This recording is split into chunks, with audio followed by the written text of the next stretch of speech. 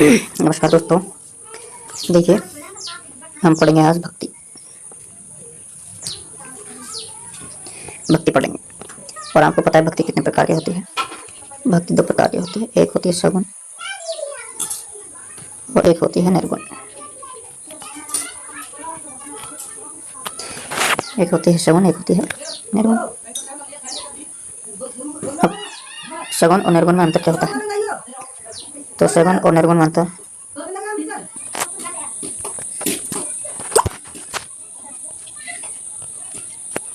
दो प्रकार की होती है, सगुण और निर्गुण। तो आपको बता देना चाहता हूँ कि सगुण होते हैं जो मूर्ति पूजक में विश्वास रखते हैं, मूर्ति पूजक होते हैं, और निर्गुण मूर्ति पूजा में विश्वास नहीं रखते। ये मूर्ति पूजा में क्या नहीं रखते? विश्वास नहीं रखते, ये विश्वास रखते हैं। नई बात समझ में? तो हमने सगुण और निर्गुण देखा।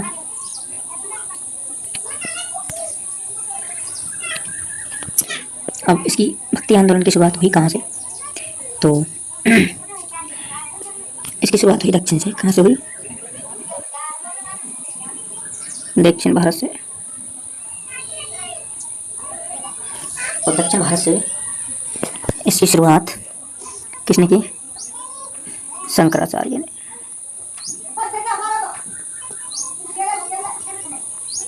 शंकराचार्य जी ने इसकी शुरुआत की थी। इन्होंने, शंकराचार्य जी ने एक मत का प्रतिपादन किया जिसका नाम है अद्वैतवाद। अद्वैतवाद मत का प्रतिपादन किया। इन्होंने 4 पीठें स्थापित की जिन्हें मठ कह सकते हैं। 4 मठों की स्थापना की। वो मठ कौन कौन सी है आपको बता देना चाहता हूँ। 4 मठों की स्थापना की। वे 4 मठ हैं उत्तर में। 4 मठ हैं उत्तर में। ज्योतिर्मठ,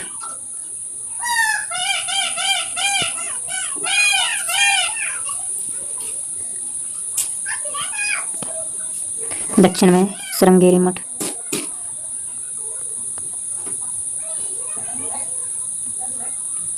दक्षिण में, पश्चिम में द्वारकापुरी,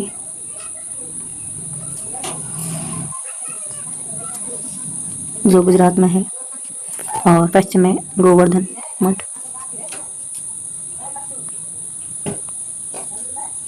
गोवर्धन मठ, ये 4 मठ हैं स्थापित किए। ये पूर्व में है, ये पश्चिम में है। तो ये इन मठों की स्थापना की। इन मठों की स्थापना करने का उद्देश्य भी मैं बताऊंगा। ये पूर्व में है, ये उत्तर में है, ये दक्षिण में है और ये पश्चिम में है। 4 मठों की स्थापना की।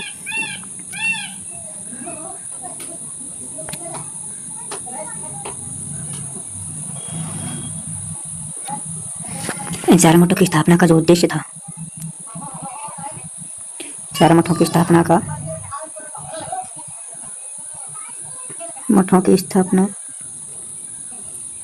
का उद्देश्य भारत की संस्कृति। उद्देश्य क्या था? भारत व भारत की संस्कृति को एकता के सूत्र में बांधना था। भारत व भारत की संस्कृति को एकता के सूत्र में बांधना था। तो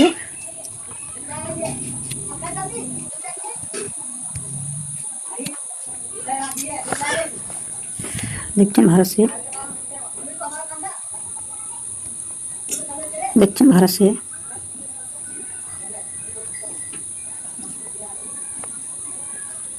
से उत्तर भारत की ओर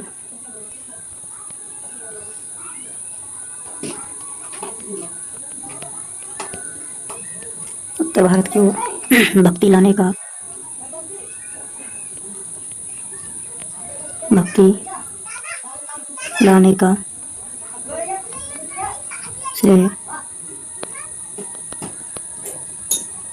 रामानंद को है। किसको है? रामानंद जी को। ठीक है, यहाँ तक समझ में आया। अब रामानंद जी के एक शिष्य थे। रामानंद जी के शिष्य थे, इनके शिष्य थे जिनका नाम था धन्ना। धन्ना, इस धन्ना ने भारत में, राजस्थान में भक्ति की शुरुआत की। धन्ना ने राजस्थान में भक्ति की शुरुआत की।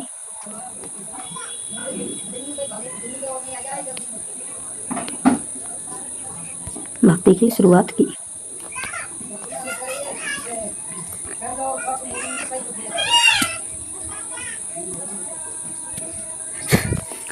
और इनके ही एक शिष्य थे संत पीपा।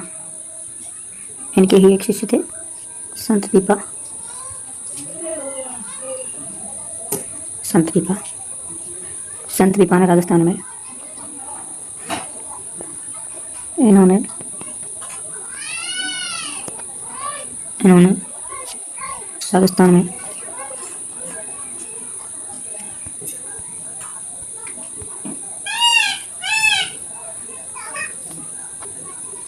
राजस्थान में भक्ति को फैलाया। भक्ति को फैलाया था। ठीक है,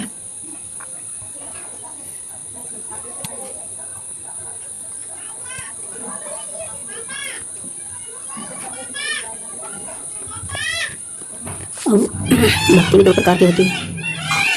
एक तो होती है वैष्णव और एक होती है शैव।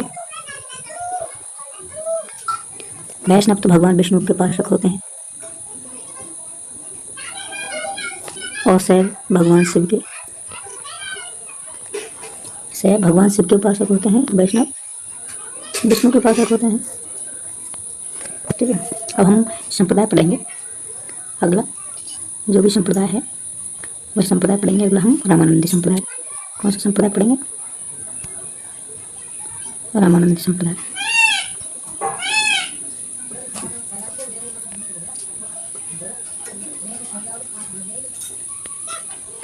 रामानंदी संप्रदाय।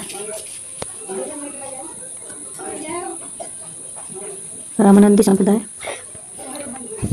इसके संस्थापक थे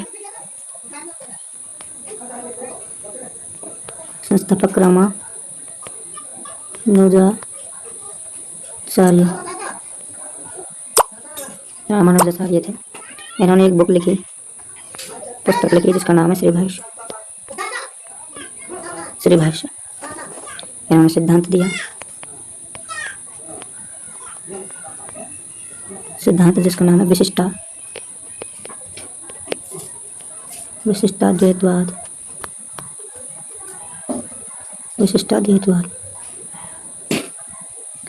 विशिष्टाद्वैतवाद इन्होंने सिद्धांत दिया।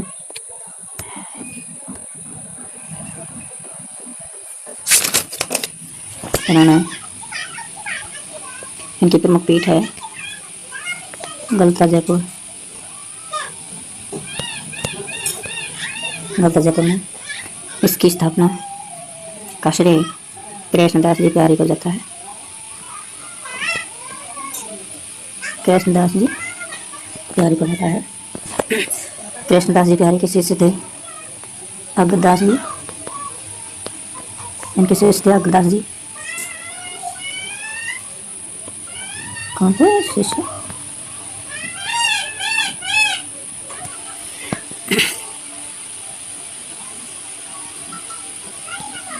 अग्रदास जी ने रेवासा सीकर में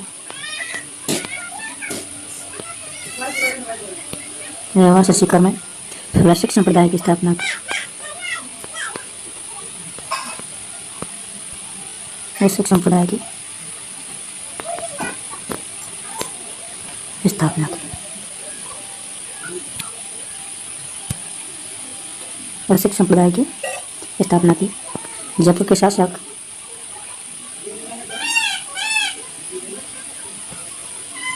जयपुर के शासक सवाई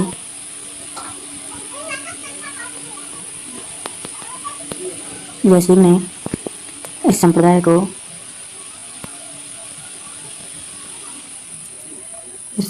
को आश्रय दिया और रामरसा ग्रंथ लिखवाया।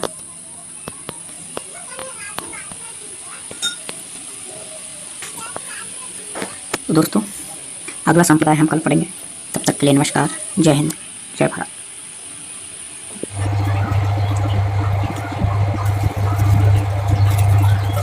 निम्बार्क संप्रदाय पढ़ेंगे और निम्बार्क संप्रदाय के संस्थापक हैं निम्बार्काचार्य जी।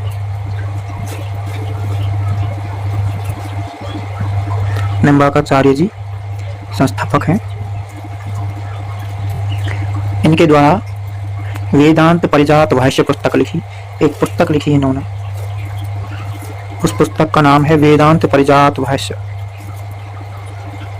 वेदांत परिजात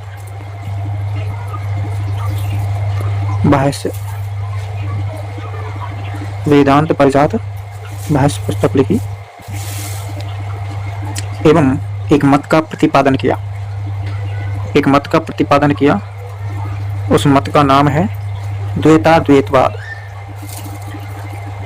एक मत का प्रतिपादन किया, उसका नाम है द्वैताद्वैतवाद। द्वैताद्वैतवाद मत का इन्होंने प्रतिपादन किया था। इस संप्रदाय को, निम्बार्क संप्रदाय को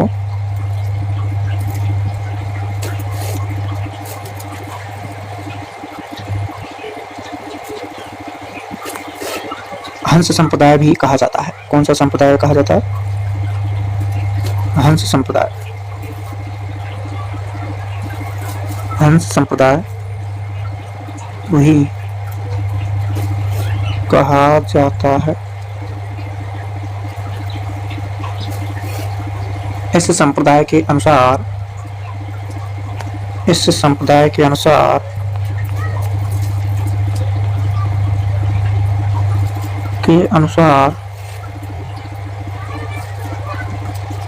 कृष्ण की संपूर्ण भक्ति, कृष्ण की संपूर्ण भक्ति राधा की भक्ति से ही इस संप्रदाय के अनुसार कृष्ण की संपूर्ण भक्ति राधा में निहित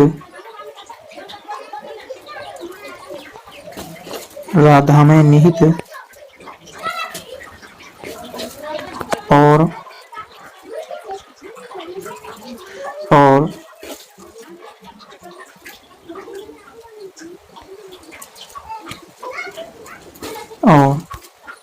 राधा की भक्ति और राधा की भक्ति से ही कृष्ण भगवान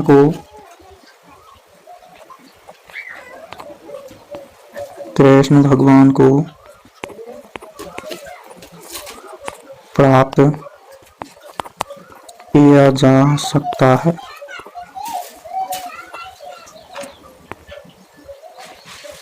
राधा की भक्ति से ही कृष्ण भगवान को प्राप्त किया जा सकता है। इस संप्रदाय की प्रमुख पीठ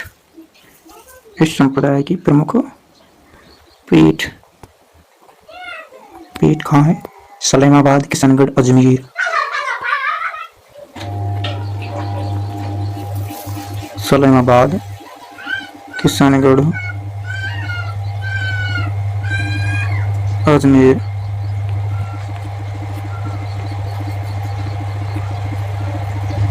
सलेमाबाद, किशनगढ़, अजमेर में इस संप्रदाय की पीठ स्थित है। तो पुनः देखेंगे हम पढ़ रही थी निम्बार्क संप्रदाय। तो निम्बार्क संप्रदाय जो है, इसकी स्थापना की थी निम्बार्काचार्य जी ने। किसने की थी? निम्बार्काचार्य जी। इन्होंने एक बुक लिखी, उस बुक का नाम है वेदांत परिजात भाष्य। वेदांत परिजात भाष्य, वेदांत परिजात भाष्य। इन्होंने एक मत का प्रतिपादन किया, इन्होंने एक मत का प्रतिपादन किया, उसका नाम है द्वैताद्वैतवाद। क्या है? द्वैताद्वैतवाद। द्वैताद्वैतवाद मत का इन्होंने प्रतिपादन किया। आगे इस संप्रदाय को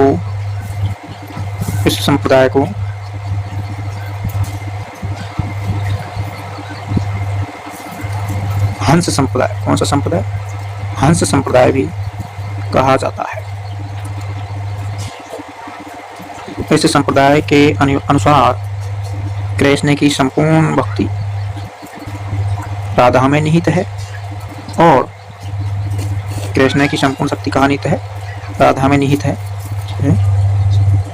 और राधा की भक्ति से ही कृष्ण भगवान को प्राप्त किया जा सकता है। क्या कहा? कि राधा की भक्ति से ही कृष्ण भगवान को प्राप्त किया जा सकता है। इनकी प्रमुख पीठ है, जिसे हम गद्दी कह सकते हैं, वह है सलेमाबाद। कहाँ है? सलेमाबाद। और सलेमाबाद किशनगढ़ अजमेर में पड़ता है। कहाँ पड़ता है? किशनगढ़ अजमेर। ये ध्यान रखने योग्य बात है। तो इस प्रकार हमने पढ़ा निम्बार्क संप्रदाय। अगला पढ़ेंगे हम गौड़ीय संप्रदाय। गौड़ीय संप्रदाय, तो गौड़ीय संप्रदाय हम पढ़ रहे हैं। देखिए, गौड़ीय संप्रदाय की स्थापना किसने की?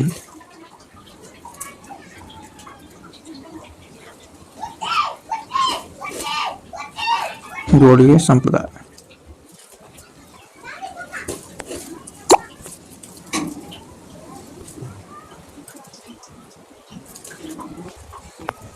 देखिए, कुछ टेक्निकल मिस्टेक्स चल रही है, उसकी वजह से वीडियो थोड़ा धीमी गति का हो सकता है।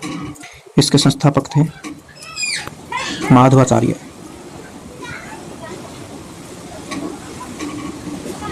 माधवाचार्य संस्थापक थे। इन्होंने एक पुस्तक लिखी,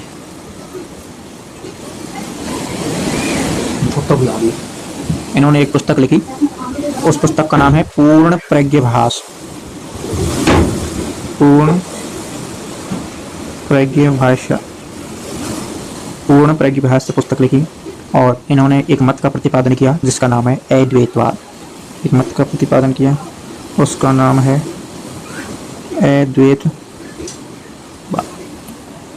अद्वैतवाद मत का प्रतिपादन किया इन्होंने।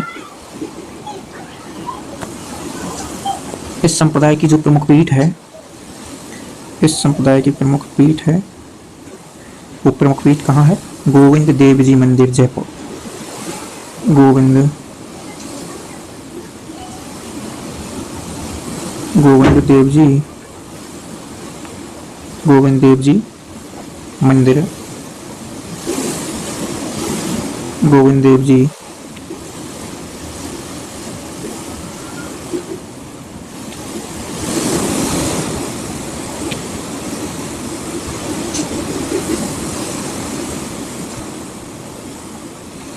गोविंद देव जी मंदिर जयपुर में। कहाँ है? गोविंद देव जी मंदिर में इस संप्रदाय की प्रमुख पीठ है। वह दूसरी पीठ, द्वितीय पीठ मदन मोहन जी मंदिर, मदन मोहन जी मंदिर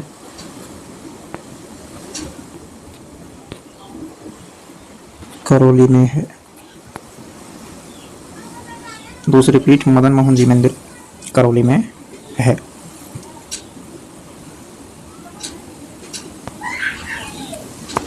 इस संप्रदाय के संत गौराय क्या है? चैतन्य महाप्रभु। कौन थे? चैतन्य महाप्रभु हुए थे। और ये चैतन्य महाप्रभु हैं, ये कहाँ के रहने वाले थे? तो चैतन्य महाप्रभु जी ये बंगाल के रहने वाले थे।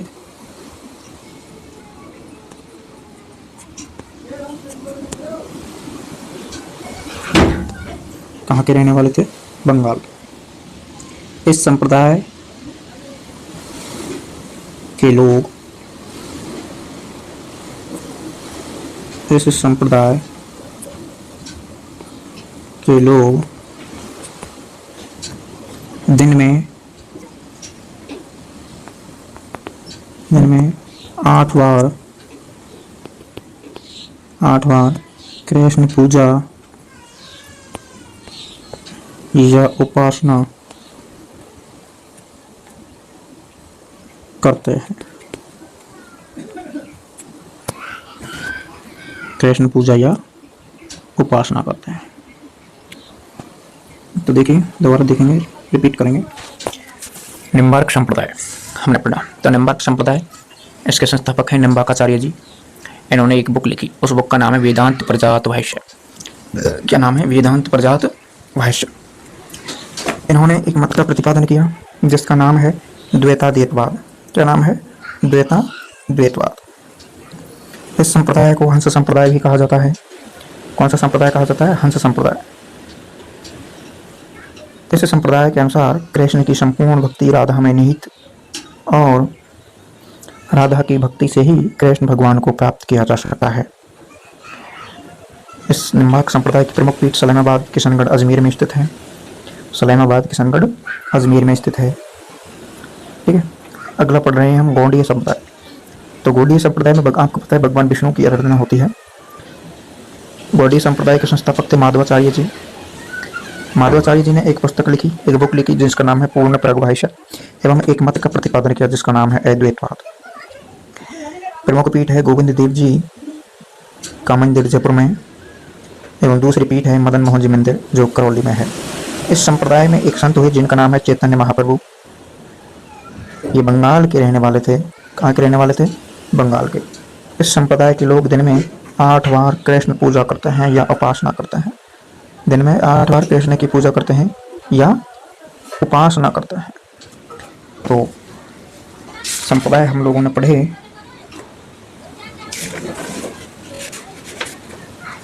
अब आगे भी हम अगले संप्रदाय की ओर रुख करते हैं। कौन कौन से संप्रदाय हैं?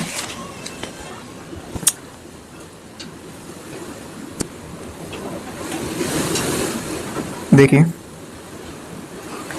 अब पढ़ेंगे हम मीरा। मीरा जिसको आप सब जानते हैं, ये सगुण भक्ति की उपासक थी।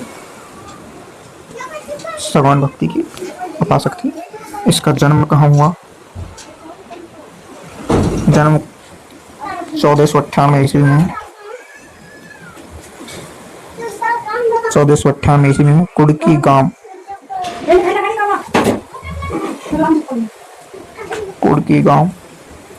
पाली में हुआ।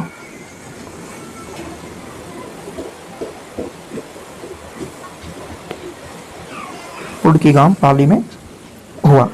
इनकी माता का नाम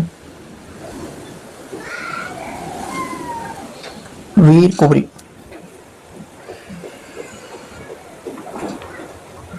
वीर कुंवरी था। तो मीराबाई सगुण भक्ति की उपासक थी। कौन सी भक्ति? सगुण भक्ति।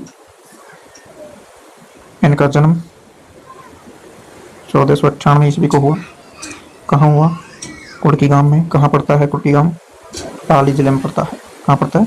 पाली में। इनकी माता का नाम वीर कुंवरी था। क्या था? वीर कुंवरी। इनकी माता का नाम वीर कुंवरी था। फिर इनके पिता का नाम पढ़ेंगे। इनके पिता का क्या नाम था?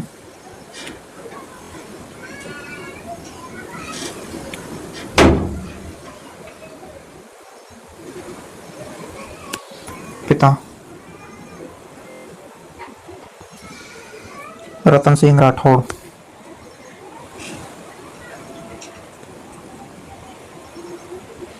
रतन सिंह राठौड़ इनके पिता का नाम था।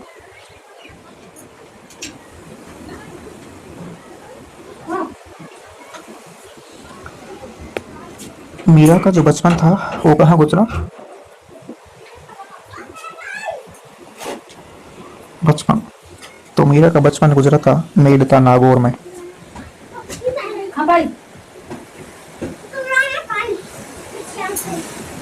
मेड़ता नागौर में। और इनके बचपन का नाम पेमल दे था। बचपन का नाम क्या था?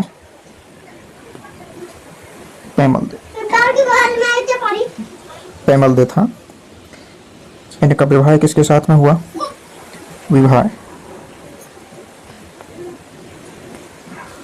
विवाह हुआ था मेवाड़ में भोजराज के साथ। राणा सांगा के ज्येष्ठ पुत्र भोजराज के साथ में हुआ था। ध्यान रखना, कहाँ के रहने वाले थे? मेवाड़ के रहने वाले थे। और भोजराज राणा सांगा के पुत्र थे। किसके पुत्र थे? राणा सांगा के पुत्र थे। तो इनके पिता का नाम रतन सिंह राठौड़।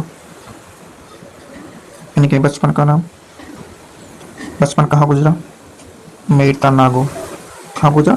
मेड़ता नागौर। बचपन का नाम पेमल दे। इनका विवाह किसके साथ में हुआ?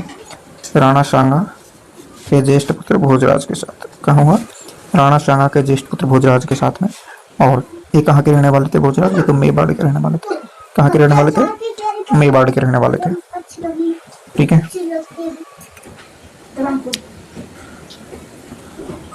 आगे बढ़ते हैं और देखते हैं इन्होंने किसकी उपासना की, किसकी भक्ति की।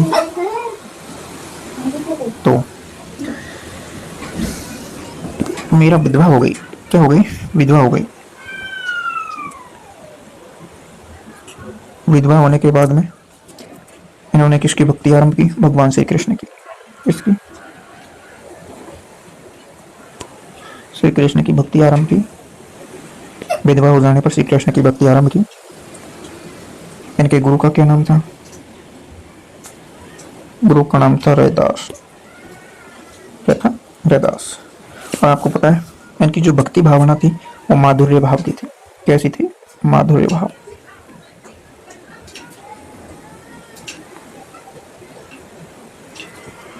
माधुर्य भाव की थी। और इन्होंने पदावलियों के माध्यम से अपने भाव व्यक्त किए। तो मीरा की पदावलियां प्रसिद्ध हैं। मीरा की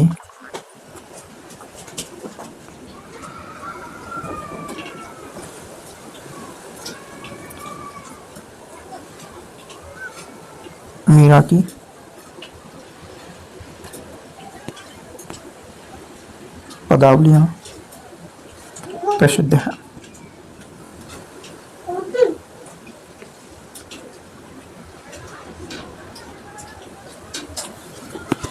ठीक है, तो हमने क्या क्या पढ़ लिया एक बार देखते हैं। निम्बार्क संप्रदाय पढ़ा। निम्बार्क संप्रदाय के संस्थापक पढ़े निम्बार्काचार्य जी। बुक लिखी वेदांत प्रजात भाष्य। एक मत का प्रतिपादन किया द्वैताद्वैतवाद।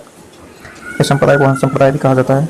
इस संप्रदाय के अनुसार कृष्ण की संपूर्ण भक्ति राधा में निहित और राधा की भक्ति से ही कृष्ण भगवान को प्राप्त किया जा सकता है। इसकी प्रमुख पीठ सलामाबाद में है जो किशनगढ़ अजमेर में है।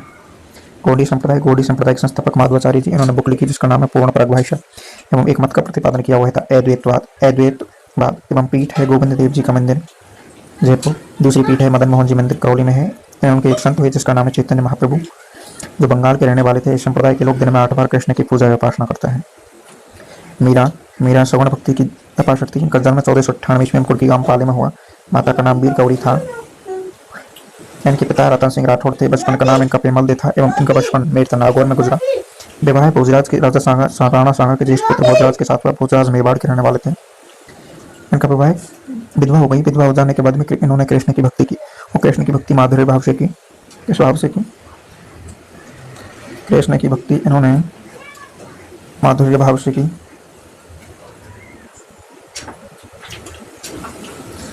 किस भाव से की? माधुर्य भाव से। इनके गुरु का नाम रैदास था। मीरा की पदावलियाँ प्रसिद्ध हैं। क्या प्रसिद्ध है? पदावली। ठीक है, तो आज के लिए बस इतना ही। Thank you, goodbye. कल पढ़ेंगे अगला चैप्टर। Thank you.